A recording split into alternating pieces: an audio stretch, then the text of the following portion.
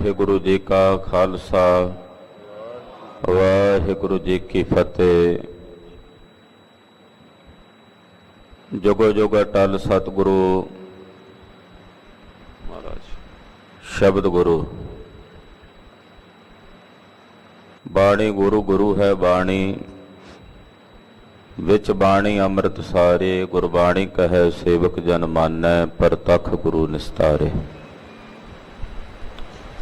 ਧੰਨ ਗੁਰੂ ਗ੍ਰੰਥ ਸਾਹਿਬ ਜੀ ਮਹਾਰਾਜ ਜੀ ਦੀ ਛਤਰ ਛਾਇਆ ਹੇਠ ਅੰਮ੍ਰਿਤ ਵੇਲੇ ਦੇ ਸਜੇ ਹੋਏ ਸੱਚਖੰਡ ਦੀਵਾਨਾਂ 'ਚ ਇਕੱਤਰ ਹੋਈ ਹਾਜ਼ਰੀਆਂ ਭਰ ਰਹੀ ਸਤਿਗੁਰਾਂ ਦੇ ਪਰਮ ਪਿਆਰ 'ਚ ਪਰੋਤੀ ਹੋਈ ਗੁਰੂ ਰੰਗ 'ਚ ਰੰਗੀ ਹੋਈ ਗੁਰੂ ਖਾਲਸਾ ਸਾਧ ਸੰਗਤ ਜੀਓ, ਵੱਡਿਆਂ ਭਾਗਾਂ ਵਾਲੇ ਹੋ। ਨੌਵੇਂ ਪਾਤਸ਼ਾਹ ਧੰਨ ਗੁਰੂ ਤੇਗ ਬਹਾਦਰ ਸਾਹਿਬ ਜੀ ਦੇ ਪਵਿੱਤਰ ਸਥਾਨ ਤੇ ਨਤਮਸਤਕ ਹੋ ਕੇ ਅੱਸੂ ਦੀ ਸਕਰਾਨ ਦਾ ਦਿਹਾੜਾ ਜਾਣਦਿਆਂ ਹੋਇਆਂ ਗੁਰੂ ਚਰਨਾਂ 'ਚ ਹਾਜ਼ਰੀਆਂ ਭਰ ਕੇ ਆਪਣੇ ਜੀਵਨ ਦੀਆਂ ਘੜੀਆਂ ਗੁਰੂ ਲੇਖੇ ਲਾ ਕੇ ਸਫਲੀਆਂ ਕਰ ਰਹੇ। ਸਰਬ ਆਸਾ ਪੂਰਨ ਕਰਨੇ ਵਾਲੀ ਸ੍ਰੀ ਆਸਾ ਜੀ ਦੀ ਵਾਰ ਦੇ ਸ਼ਬਦ ਕੀਰਤਨ ਰਾਗੀ ਸਿੰਘਾਂ ਦੀ ਰਸਨਾ ਤੋਂ ਆਪ ਜੀ ਨੇ ਸਰਵਣ ਕੀਤੇ ਹਨ। ਸ੍ਰੀ ਮੁਖਵਾਕ ਜੋ ਅੰਮ੍ਰਿਤ ਵੇਲੇ ਪਾਤਸ਼ਾਹ ਨੇ ਬਖਸ਼ਿਸ਼ ਕੀਤੇ ਹਨ, ਆਓ ਕੁਝ ਸਮੇਂ ਲਈ ਗੁਰੂ ਪਾਤਸ਼ਾਹ ਦੇ ਪਵਿੱਤਰ ਗੁਰਸ਼ਬਦ ਦੀ ਵਿਚਾਰ ਨਾਲ ਜੁੜੀਏ। ਸ਼ਬਦ ਵਿਚਾਰ ਤੋਂ ਉਪਰੰਤ ਫਿਰ ਮਹੀਨੇ ਦੀ ਕਥਾ ਗੁਰੂ ਸਾਹਿਬ ਦੀ ਦਇਆ ਮਾਇਆ ਨਾਲ ਵਿਚਾਰਾਂਗੇ। ਹਾਜ਼ਰੀਆਂ ਲਵਾਓ। ਮਨ ਬਿਰਤੀਆਂ ਇਕਾਗਰ ਕਰਨ ਵਾਸਤੇ ਆਖੋ ਜੀ ਸਤਨਾਮ ਸ਼੍ਰੀ ਵਾਹਿਗੁਰੂ ਸਾਹਿਬ ਜੀ। ਸਤਨਾਮ ਸ਼੍ਰੀ ਵਾਹਿਗੁਰੂ। ਸੂਹੀ ਮਹੱਲਾ ਪੰਜਵਾਂ। ਕਰਮ ਧਰਮ ਪਾਖੰਡ ਜੋ ਦੀਸਹਿ, ਤੇਨਾ ਜਮ ਜਾਗਾਤੀ ਲੂਟੈ। ਸੂਹੀ ਰਾਗ ਹੈ ਔਰ ਪੰਜਵੇਂ ਪਾਤਸ਼ਾਹ ਧੰਨ ਗੁਰੂ ਅਰਜਨ ਦੇਵ ਸਾਹਿਬ ਇਹ ਪਵਿੱਤਰ ਪਾਵਨ ਸ਼ਬਦ ਉਚਾਰਨ ਕਰ ਰਹੇ ਨੇ। ਵਿਖਾਵੇ ਸਹਿਤ ਕੀਤਾ ਗਿਆ ਕਰਮ ਤੇ ਵਿਖਾਵੇ ਸਹਿਤ ਕੀਤਾ ਗਿਆ ਧਰਮ ਪਖੰਡ ਦਾ ਰੂਪ ਹੈ।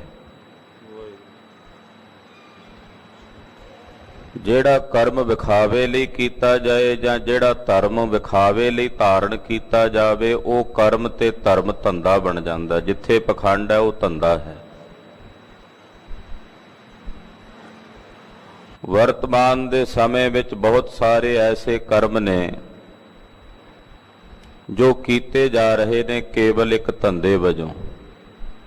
ਵਿਖਾਵਾ ਇਹ ਹੈ ਕਿ ਅਸੀਂ ਇਹ ਪਰਉਪਕਾਰ ਦੇ ਕਾਰਜ ਕਰ ਰਹੇ ਹਾਂ। ਉੱਤੇ ਲੇਬਲ ਇਹੀ ਹੈ ਕਿ ਅਸੀਂ ਇਹ ਲੋਕਾਂ ਦੇ ਕਲਿਆਣ ਵਾਸਤੇ ਭਲੇ ਵਾਸਤੇ ਕਰ ਰਹੇ ਹਾਂ, ਪਰ ਦਰਅਸਲ ਉਹ ਕਰਮ ਧੰਦੇ ਬਣ ਕੇ ਰਹਿ ਗਏ ਨੇ।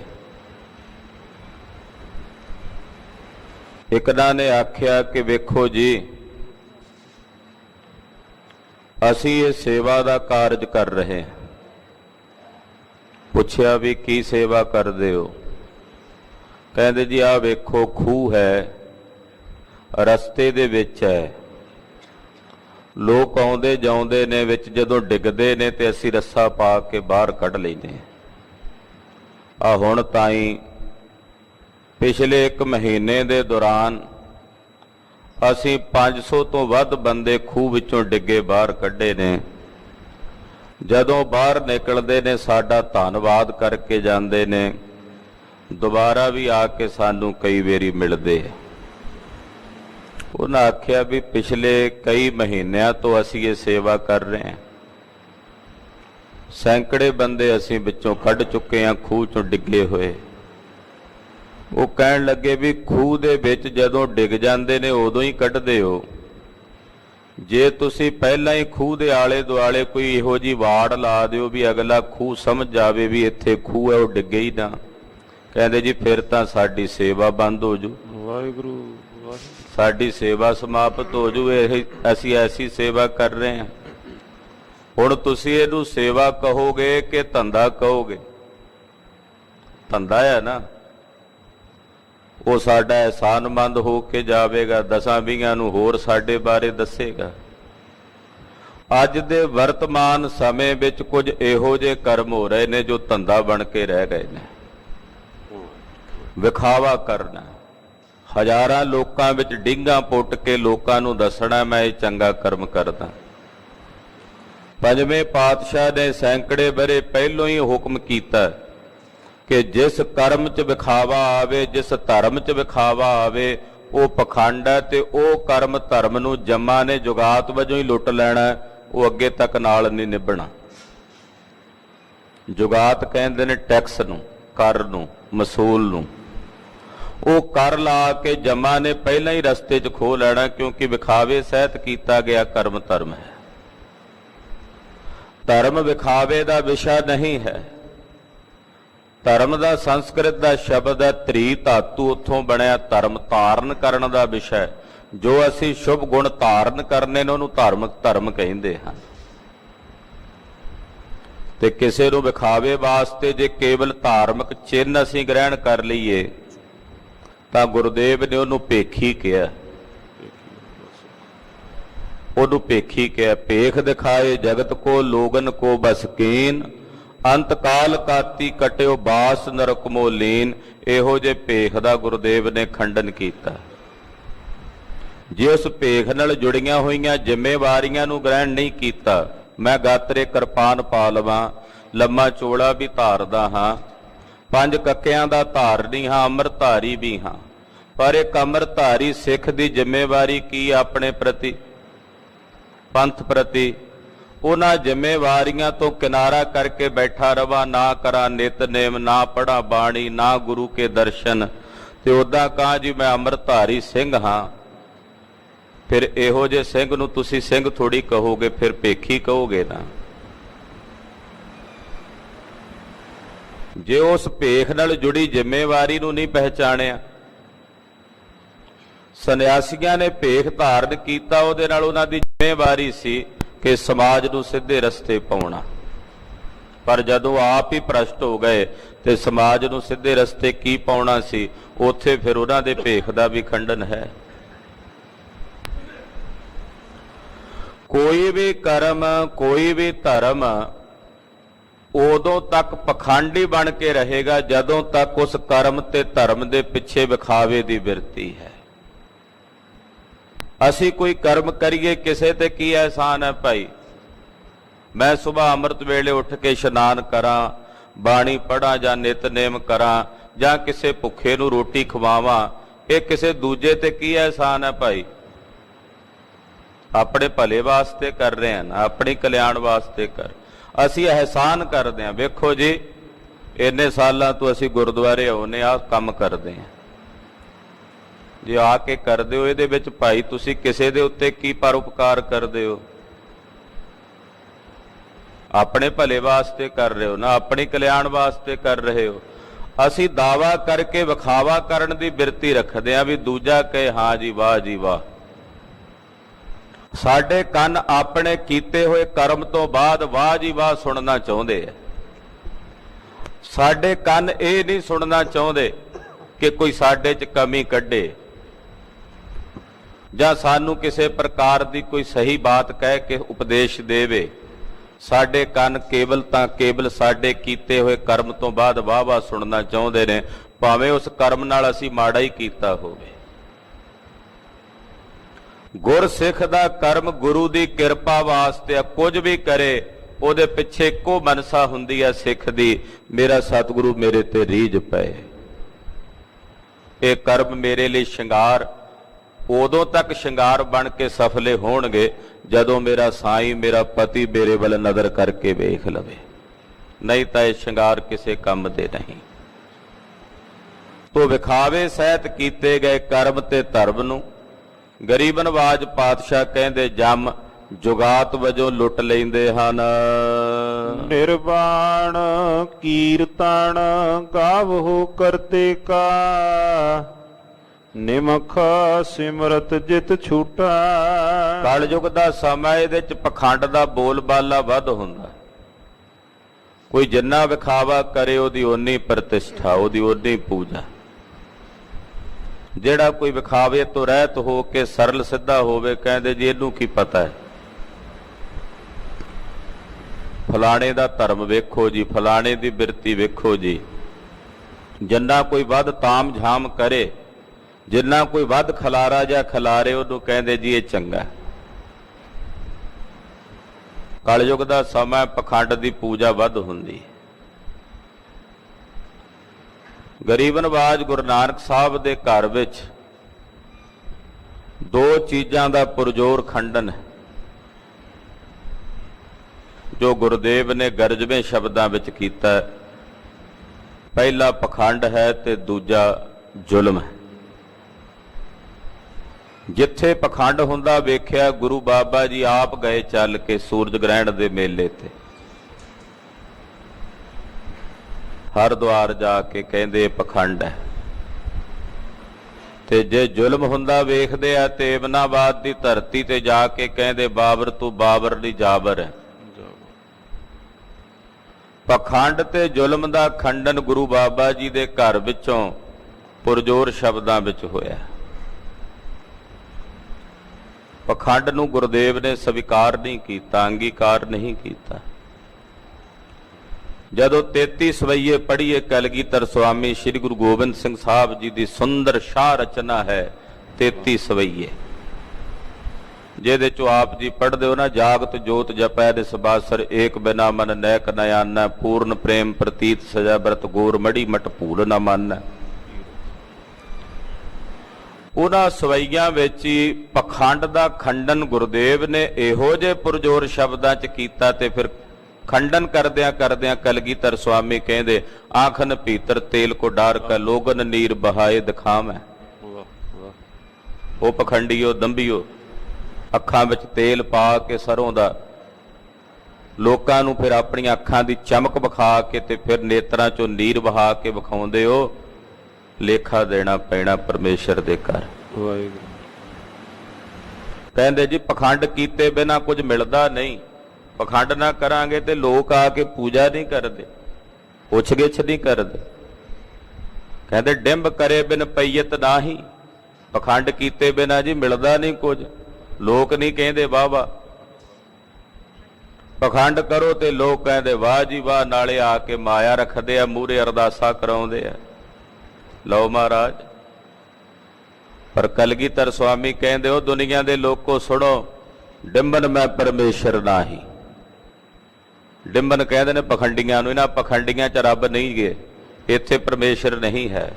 ਹਰ ਜਗ੍ਹਾ ਤੇ ਰੱਬ ਦੀ ਹੋਂਦ ਹੈ, ਹਰ ਥਾਂ ਤੇ ਪਰਮੇਸ਼ਰ ਦੀ ਹਸਤੀ ਹੈ, ਪਰ ਇਹਨਾਂ ਪਖੰਡੀਆਂ ਵਿੱਚ ਰੱਬ ਕੋਈ ਨਹੀਂ। ਜਿੱਥੇ ਮਨੁੱਖ ਸਮਝ ਬੈਠਦਾ ਵੀ ਇਹਨਾਂ ਵਿੱਚ ਰੱਬ ਹੈ, ਪਰ ਉੱਥੇ ਹੀ ਰੱਬ ਨਹੀਂ ਹੈ। ਪਖੰਡੀਆਂ 'ਚ ਰੱਬ ਕੋਈ ਨਹੀਂ। ਪਾਤਸ਼ਾਹ ਕਹਿੰਦੇ ਛੋਡੀ ਲੈ ਪਾਖੰਡਾ, ਨਾਮ ਲਿਆ ਜਾਏ ਤਰੰਦਾ। ਵਾਹਿਗੁਰੂ। ਪਖੰਡ ਛੱਡੋ, ਪਖੰਡ ਦਾ ਤਿਆਗ ਕਰਕੇ ਪਰਮੇਸ਼ਰ ਦਾ ਭਜਨ ਕਰੋ ਜੇ ਸੰਸਾਰ ਤੋਂ ਤਰਨਾ ਹੈ। ਤੋ ਗਰੀਬ ਨਵਾਜ ਪਾਤਸ਼ਾਹ ਪਖੰਡ ਦਾ ਖੰਡਨ ਕਰਦੇ, ਫਿਰ ਹੁਕਮ ਕਰਦੇ ਪਖੰਡ ਨੂੰ ਛੱਡ ਕੇ ਕੀ ਕਰੋ, ਨਿਰਵਾਣ ਕੀਰਤਨ ਗਾਵਹੁ ਕਰਤੇ ਕਾ।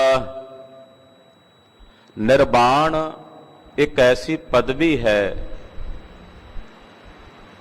ਬੁੱਧ ਮਤ ਵਿੱਚ, ਜਿਹੜਾ ਨਿਰਵਾਣ ਨੂੰ ਪ੍ਰਾਪਤ ਹੋ ਜਾਂਦਾ, ਉਹ ਮੁਕਤ ਹੋ ਜਾਂਦਾ।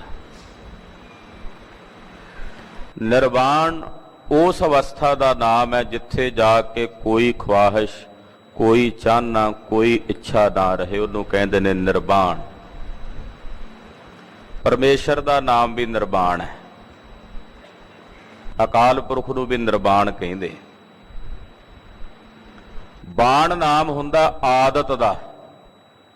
ਸਾਨੂੰ ਸਭ ਨੂੰ ਕੋਈ ਨਾ ਕੋਈ ਆਦਤ ਹੈ, ਕਿਸੇ ਨੂੰ ਵੱਧ ਖਾਣ ਦੀ ਹੈ, ਕਿਸੇ ਨੂੰ ਸੌਣ ਦੀ ਹੈ, ਕਿਸੇ ਨੂੰ ਬੋਲਣ ਦੀ ਹੈ, ਕਿਸੇ ਨੂੰ ਕ੍ਰਿਜਣ ਦੀ ਹੈ। ਕਿਸੇ ਨੂੰ ਦਵੈਸ਼ ਕਰਨ ਦੀ ਹੈ, ਕਿਸੇ ਨੂੰ ਨਿੰਦਾ ਕਰਨ ਦੀ ਹੈ, ਕਿਸੇ ਨੂੰ ਬਹੁਤਾ ਫਿਰਨ ਤੁਰਨ ਦੀ ਹੈ, ਕਿਸੇ ਨੂੰ ਇੱਕ ਜਗ੍ਹਾ ਤੇ ਬਹਿ ਰਹਿਣ ਦੀ ਆਦਤ ਕੋਈ ਨਾ ਕੋਈ ਸਭ ਨੂੰ ਹੈ। ਪਰਮੇਸ਼ਰ ਕਿਸੇ ਵੀ ਪ੍ਰਕਾਰ ਦੀ ਆਦਤ ਦਾ ਗੁਲਾਮ ਨਹੀਂ ਹੈ, ਉਹ ਨਿਰਵਾਣ ਹੈ, ਉਹਨੂੰ ਕੋਈ ਆਦਤ ਨਹੀਂ। ਉਹਨੂੰ ਕਹਿੰਦੇ ਨੇ ਨਿਰਵਾਣ, ਜੋ ਆਦਤਾਂ ਤੋਂ ਰਹਿਤ ਹੈ।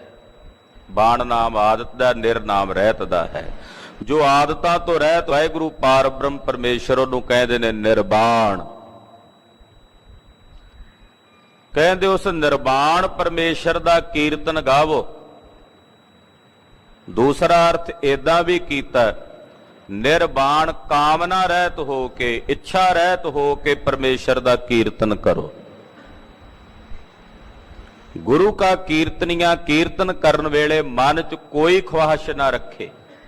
ਜਿਸ ਵੇਲੇ ਕੀਰਤਨ ਕਰ ਰਿਹਾ ਉਹ ਕੀਰਤਨ ਰੂਪ ਹੋ ਕੇ ਕੀਰਤਨ ਕਰੇ। ਉਹਦਾ ਧਿਆਨ, ਉਹਦੀ ਮਨ ਦੀ ਵਾਸ਼ਨਾ ਕਿਸੇ ਵੀ ਪ੍ਰਕਾਰ ਦੇ ਪਦਾਰਥ ਵੱਲ ਨਾ ਭਟਕੇ। ਉਹਨੂੰ ਕਹਿੰਦੇ ਨੇ ਨਿਰਵਾਣ ਕੀਰਤਨ।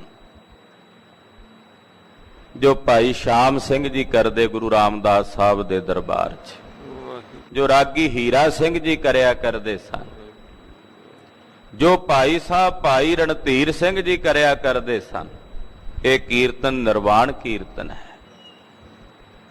ਕਾਮਨਾ ਰਹਿਤ, ਚਾਹਨਾ ਤੋਂ ਵਾਸ਼ਨਾ ਤੋਂ ਰਹਿਤ ਹੋ ਕੇ ਪਰਮੇਸ਼ਰ ਦਾ ਕੀਰਤਨ ਕਰਨਾ। ਤੁਸੀਂ ਨਿਤਨੇਮ ਕਰਦੇ ਹੋ, ਇਹ ਵੀ ਕੀਰਤਨ ਹੈ।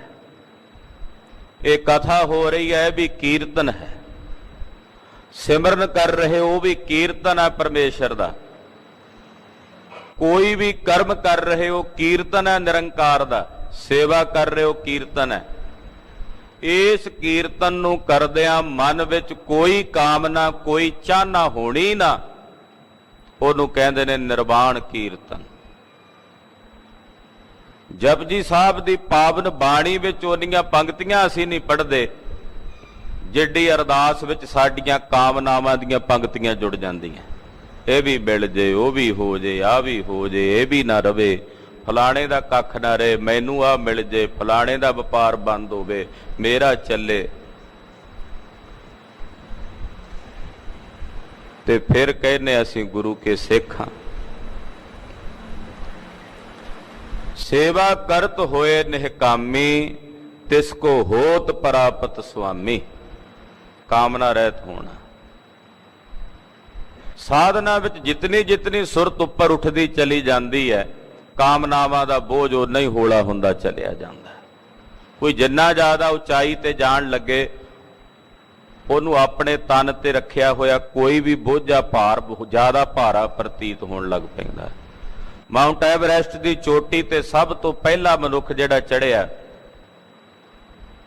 ਉਹਨੇ ਬੜਾ ਤਾਮ-ਝਾਮ ਨਾਲ ਇਕੱਠਾ ਕੀਤਾ ਬਹੁਤ ਸਾਰਾ ਭਾਰ, ਬੜਾ ਵੱਡਾ ਪਿੱਠੂ ਬੈਗ, ਪੈਰਾਂ 'ਚ ਬੜੇ ਵੱਡੇ ਮੋਟੇ-ਮੋਟੇ ਬੂਟ, ਬਹੁਤ ਕੁਝ ਲੈ ਕੇ ਚੜ੍ਹਿਆ। ਪਰ ਜਿਵੇਂ ਜਿਵੇਂ ਉੱਪਰ ਨੂੰ ਜਾਣ ਲੱਗਾ, ਤਿਵੇਂ ਤਿਵੇਂ ਸਰੀਰ ਤੇ ਰੱਖਿਆ ਵਜਨ ਭਾਰਾ ਪ੍ਰਤੀਤ ਹੋਣ ਲੱਗਾ।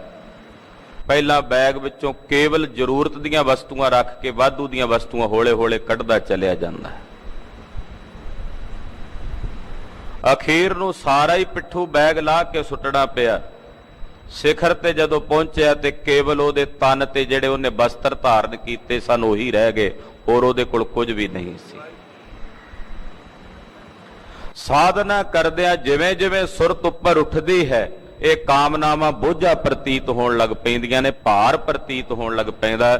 ਜਦੋਂ ਪਰਮ ਸੱਤ ਵਿੱਚ ਅਭੇਦ ਹੋਣਾ ਹੋਵੇ, ਉਸ ਵੇਲੇ ਤੱਕ ਇਹ ਸਾਰੀਆਂ ਹੀ ਕਾਮਨਾਵਾਂ ਜਦੋਂ ਦੂਰ ਹੋ ਜਾਣ ਤੇ ਫਿਰ ਉਸ ਪਰਮ ਸੱਤ ਵਿੱਚ ਪੂਰਨ ਤੌਰ ਤੇ ਅਭੇਦਤਾ ਪ੍ਰਾਪਤ ਹੋ ਜਾਂਦੀ ਹੈ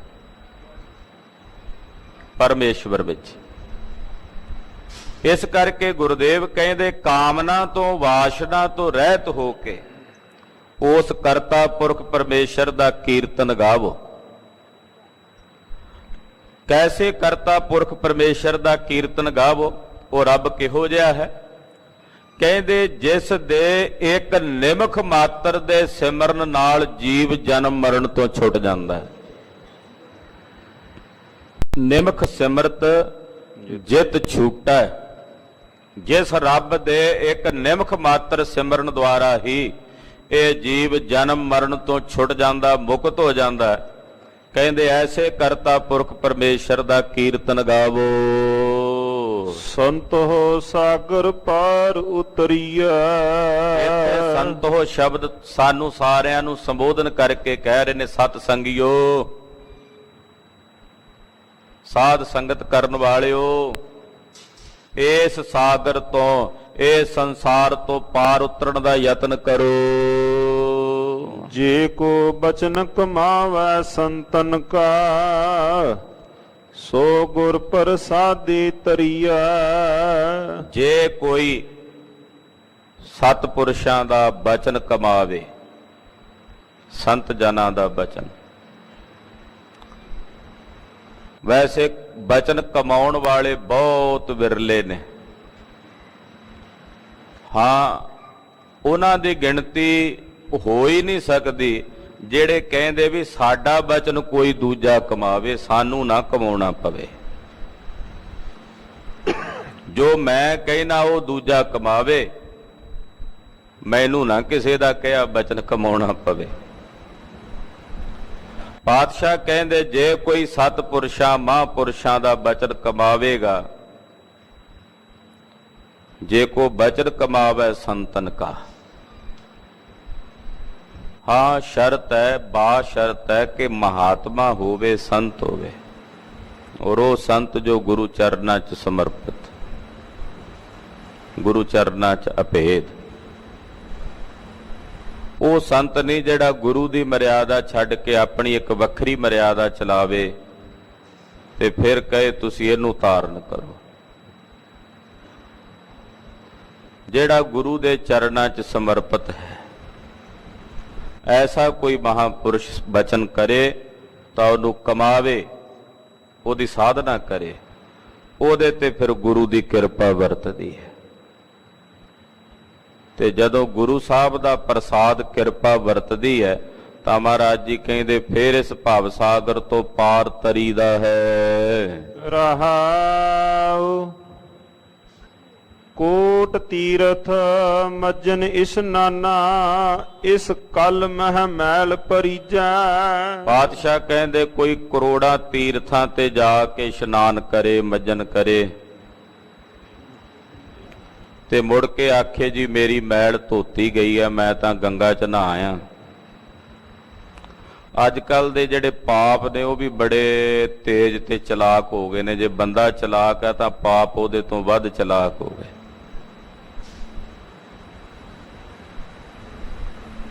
ਜੇ ਜਾਂਦਾ ਆ ਕਿਸੇ ਤੀਰਥ ਤੇ ਵੀ ਤੀਰਥ ਵਿੱਚ ਚੁੱਭਾ ਮਾਰਾਂਗਾ ਤੇ ਪਾਪ ਇਹਦੇ ਵਿੱਚ ਹੀ ਰਹਿ ਜਾਣਗੇ, ਤੀਰਥ ਵਿੱਚ ਮੇਰੇ ਤੋਂ ਧੁੱਪ ਜਾਣਗੇ।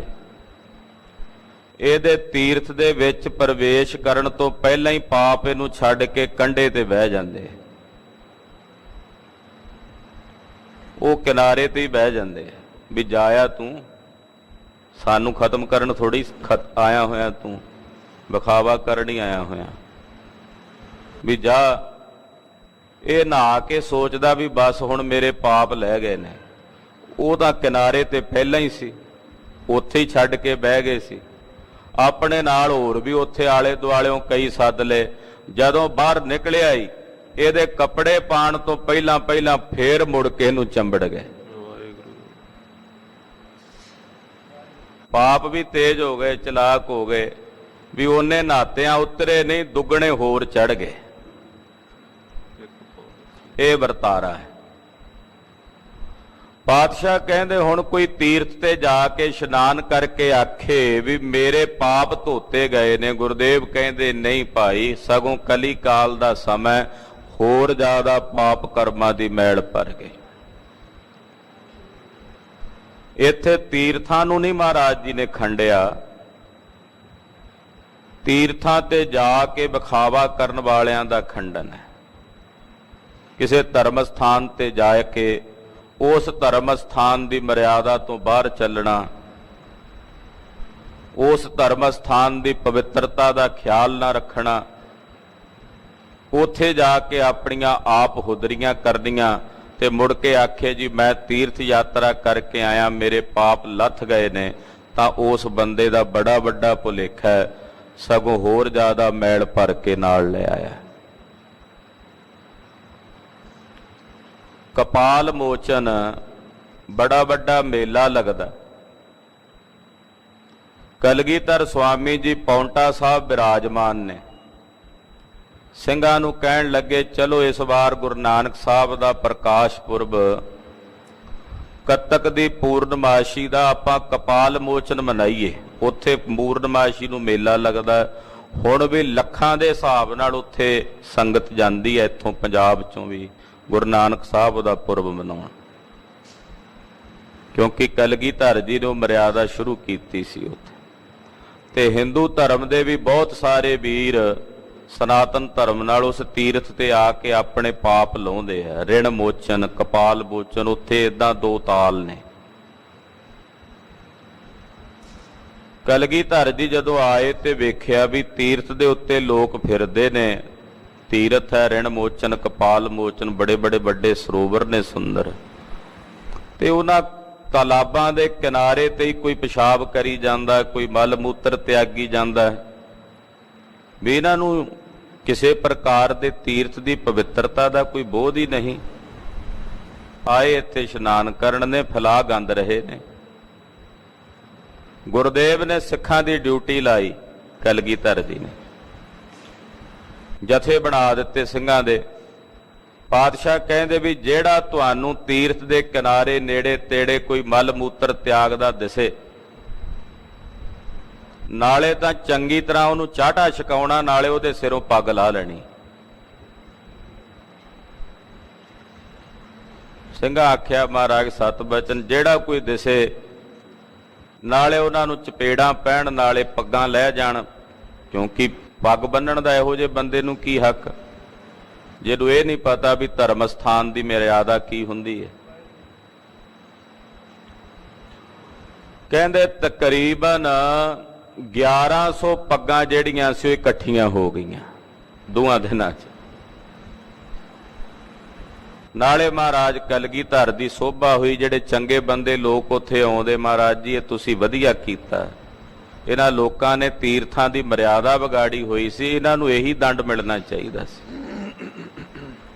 ਪਾਤਸ਼ਾਹ ਨੇ ਉੱਥੇ ਉਹ ਦੱਸਣਾ ਕੀਤਾ ਇਸ ਕੌਤਕ ਦੇ ਦੁਆਰਾ, ਇਸ ਚੋਜ ਦੇ ਦੁਆਰਾ, ਕਿ ਧਰਮ ਸਥਾਨਾਂ ਦੀ ਮਰਿਆਦਾ ਜਿਹੜੀ ਹੈ, ਪਵਿੱਤਰਤਾ ਜੋ ਹੈ, ਉਹਦਾ ਖਿਆਲ ਰੱਖਣਾ ਚਾਹੀਏ। ਨਾਲੇ ਕਹਿੰਦੇ ਸਾਡੇ ਪਵਿੱਤਰ ਤੀਰਥ ਦੇ, ਨਾਲੇ ਉੱਥੇ ਹੀ ਪਾਨ ਖਾ ਕੇ ਥੁੱਕੀ ਜਾਂਦੇ ਆ, ਉੱਥੇ ਹੀ ਤੰਬਾਕੂ ਪੀ ਕੇ, ਥੁੱਕੇ ਪੀ ਕੇ ਤੀਰਥਾਂ ਦੀ ਅਪਵਿੱਤਰਤਾ ਕਰੀ ਜਾਂਦੇ ਆ। ਫਿਰ ਦੱਸੋ ਉੱਥੇ ਕਿਹੜੇ ਪਾਪ ਧੁੱਪਣਗੇ। ਤੋ ਗਰੀਬ ਨਵਾਜ ਸਾਹਿਬ ਕਹਿੰਦੇ ਇਸ ਕਲਯੁਗ ਵਿੱਚ ਸਗੋਂ ਹੋਰ ਜ਼ਿਆਦਾ ਮੈਲ ਭਰ ਗਈ। ਸਾਧ ਸੰਗ ਜੋ ਹਰ ਗੁਣ ਗਾਵੈ, ਸੋ ਨਿਰਮਲ ਕਰ ਲੀਜੈ। ਉਹਨੇ ਸਾਧ ਸੰਗਤ ਇੱਕ ਇਹੋ ਜਿਹਾ ਮਹਾਨ ਤੀਰਥ ਹੈ, ਜਿੱਥੇ ਆ ਕੇ ਕੋਈ ਹਰੀ ਦੇ ਗੁਣ ਗਾਵੇ ਤਾਂ ਉਹਦਾ ਅੰਤਸ਼ਕਰਨ ਨਿਰਮਲ ਹੋ ਜਾਂਦਾ, ਉਹਦਾ ਹਿਰਦਾ ਪਵਿੱਤਰ ਹੋ ਜਾਂਦਾ, ਉਹਦੀ ਸੁਰਤ ਪਵਿੱਤਰ ਹੋ ਜਾਂਦੀ ਹੈ। ਜਿਹੜਾ ਸਾਧ ਸੰਗਤ ਰੂਪੀ ਤੀਰਥ ਵਿੱਚ ਆ ਕੇ ਹਰੀ ਦੇ ਗੁਣ ਗਾਉਂਦਾ, ਵੇਦ ਕਤੇਬ ਸਿਮਰਤ ਸਭ ਸਾਸਤ, ਇਨ ਪੜਿਆ ਮੁਕਤ ਨਾ ਹੋਈ। ਇਹ ਧਰਮ ਗ੍ਰੰਥ ਨੇ, ਵੇਦ, ਕਤੇਬਾਂ, ਸਿਮਰਤੀਆਂ, ਸ਼ਾਸਤਰ। ਹੁਣ ਕੋਈ ਕਹੇ ਵੀ ਕੇਵਲ ਇਹਨਾਂ ਨੂੰ ਪੜ੍ਹਨੇ ਨਾਲ ਹੀ ਮੁਕਤੀ ਮਿਲ ਜਾਏਗੀ, ਕਮਾਈਏ ਨਾ, ਕੇਵਲ ਪੜ੍ਹੀ ਜਾਈਏ, ਤਾਂ ਪਾਤਸ਼ਾਹ ਕਹਿੰਦੇ ਕੇਵਲ ਪੜ੍ਹਨੇ ਮਾਤਰ ਨਾਲ ਮੁਕਤੀ ਨਹੀਂ ਹੋਣੀ। ਲਿਖਿਆ ਹੋਵੇ ਸਾਹਮਣੇ ਸ੍ਰੀ ਅੰਮ੍ਰਿਤਸਰ ਸਾਹਿਬ ਬੋਰਡ ਦੇ ਉੱਤੇ 250 ਕਿਲੋਮੀਟਰ ਪੜ੍ਹ ਲਿਆ, ਟੁਰੇ ਨਾ, ਕੀ ਪਹੁੰਚ ਸਕਦਾ, ਜਾ ਸਕਦਾ। ਕੇਵਲ ਪੜ੍ਹਨੇ ਮਾਤਰ ਨਾਲ ਮੁਕਤੀ ਨਹੀਂ ਹੈ। ਗੁਰੂ ਘਰ ਵਿੱਚ ਕਰਨੀ ਪ੍ਰਧਾਨ ਹੈ, ਕੇਵਲ ਕਥਨੀ ਪ੍ਰਧਾਨ ਨਹੀਂ। ਇੱਥੇ ਕਰਨੀ ਵੇਖੀ ਜਾਂਦੀ ਹੈ। ਕਥਨੀ ਵਾਲੇ ਤਾਂ ਬੜੇ ਬੜੇ ਟਾਰਾਂ ਮਾਰਨ ਵਾਲੇ ਆਉਂਦੇ, ਮੈਂ ਫਲਾਣਾ ਕੰਮ ਕੀਤਾ, ਮੈਂ ਅਮਕਾ ਕੀਤਾ, ਮੈਂ ਆਹ ਕੀਤਾ। ਕਰਨੀ ਵੇਖੀ ਜਾਂਦੀ ਹੈ, ਇੱਥੇ ਕਥਨੀ ਨਹੀਂ। ਤੋ ਗਰੀਬ ਨਵਾਜ ਸਾਹਿਬ ਕਹਿੰਦੇ ਕੇਵਲ ਧਰਮ ਗ੍ਰੰਥਾਂ ਨੂੰ ਜੇ ਕੋਈ ਕਹੇ ਮੈਂ ਪੜ੍ਹ ਕੇ ਮੁਕਤ ਹੋ ਜਾਵਾਂਗਾ ਤੇ ਪੜ੍ਹ ਕੇ ਕਮਾਵੇ ਨਾ, ਉਹਦੇ ਮੁਤਾਬਕ ਚੱਲੇ ਨਾ, ਤਾਂ ਪਾਤਸ਼ਾਹ ਕਹਿੰਦੇ ਪ੍ਰੀਤਮ ਕੈ ਦੇਸ ਕੈਸੇ ਬਾਤਨ ਸੇ ਜਾਈਐ, ਪੁੱਛਤ ਪਥਕ ਪਗ ਧਾਰਤ ਨਾ ਮਗ, ਪ੍ਰੀਤਮ ਕੈ ਦੇਸ਼ ਕੈਸੇ ਬਾਤਨ ਸੇ ਜਾਈ। ਗੱਲਾਂ ਨਾਲ ਨਹੀਂ ਜਾਇਆ ਜਾਣਾ। ਹਾਂਜੀ। ਏਕ ਅੱਖਰ ਜੋ ਗੁਰਮੁਖ ਜਾਪੈ ਤਿਸ ਕੀ ਨਿਰਮਲ ਸੋਈ। ਇੱਕ ਪਾਸੇ ਵੇਦ ਪੜ੍ਹੇ, ਕਿਤਾਬਾਂ ਪੜ੍ਹੀਆਂ, ਸਿਮਰਤੀਆਂ ਪੜ੍ਹੀਆਂ, ਸ਼ਾਸਤਰ ਪੜ੍ਹੇ, ਕੇਵਲ ਪੜ੍ਹੇ ਹੀ ਸਨ, ਮੰਨੇ ਕਮਾਏ ਨਹੀਂ ਤੇ ਮੁਕਤ ਨਹੀਂ ਹੋਇਆ। ਦੂਜੇ ਪਾਸੇ ਬਿਲਕੁਲ ਹੀ ਅਨਪੜ੍ਹ ਹੋਵੇ, ਕੁਝ ਵੀ ਨਾ ਪੜ੍ਹਿਆ ਹੋਵੇ, ਬਸ ਗੁਰੂ ਦੇ ਮੁਖ ਦੁਆਰਾ ਪਾਵਨ ਗੁਰਮੰਤਰ ਲੈ ਕੇ ਉਸ ਗੁਰਮੰਤਰ ਨੂੰ ਹੀ ਜਪ ਕੇ ਆਪਣੇ ਜੀਵਨ ਦਾ ਆਧਾਰ ਬਣਾਇਆ ਹੋਵੇ, ਪਾਤਸ਼ਾਹ ਕਹਿੰਦੇ ਉਹਦਾ ਜੀਵਨ ਨਿਰਮਲ ਹੋ ਜਾਂਦਾ, ਉਹਦੀ ਸੋਭਾ ਨਿਰਮਲ ਹੋ ਜਾਂਦੀ ਹੈ, ਉਹ ਜੀਵਨ ਮੁਕਤ ਹੋ ਜਾਂਦਾ। ਇੱਥੇ ਪੜ੍ਹੇ ਅਨਪੜ੍ਹੇ ਦੀ ਤਾਂ ਗੱਲ ਹੀ ਕੋਈ ਨਹੀਂ। ਜਿਹੜਾ ਸਾਧਨਾ ਕਰੇ, ਨਾਮ ਦੀ ਕਮਾਈ ਕਰੇ, ਉਹ ਮੁਕਤ, ਭਾਵੇਂ ਪੜ੍ਹਿਆ ਲਿਖਿਆ ਕਰ ਲਵੇ ਤੇ ਭਾਵੇਂ ਅਨਪੜ੍ਹ ਕਰ ਲਵੇ। ਹਾਂਜੀ। ਖੱਤਰੀ ਬ੍ਰਾਹਮਣ ਸੂਦ ਵੈਸ ਉਪਦੇਸ਼ ਚਹੁ ਵਰਣਾ ਕਉ ਸਾਂਝਾ। ਦੁਨੀਆ ਦੇ ਬਹੁਤ ਸਾਰੇ ਗ੍ਰੰਥ ਕੇਵਲ ਬ੍ਰਾਹਮਣਾਂ ਲਈ ਨੇ, ਖੱਤਰੀਆਂ ਲਈ ਨਹੀਂ। ਖੱਤਰੀਆਂ ਲਈ ਜੋ ਹੈ ਉਹ ਉਪਦੇਸ਼ ਵੈਸ਼ਾਂ ਲਈ ਨਹੀਂ ਹੈ, ਜੋ ਵੈਸ਼ਾਂ ਲਈ ਹੈ ਉਹ ਸ਼ੂਦਰਾਂ ਲਈ ਨਹੀਂ ਹੈ। ਇਹ ਵਰਣ ਵੰਡ ਦਾ ਭੇਦ ਬਣਾਇਆ ਗਿਆ।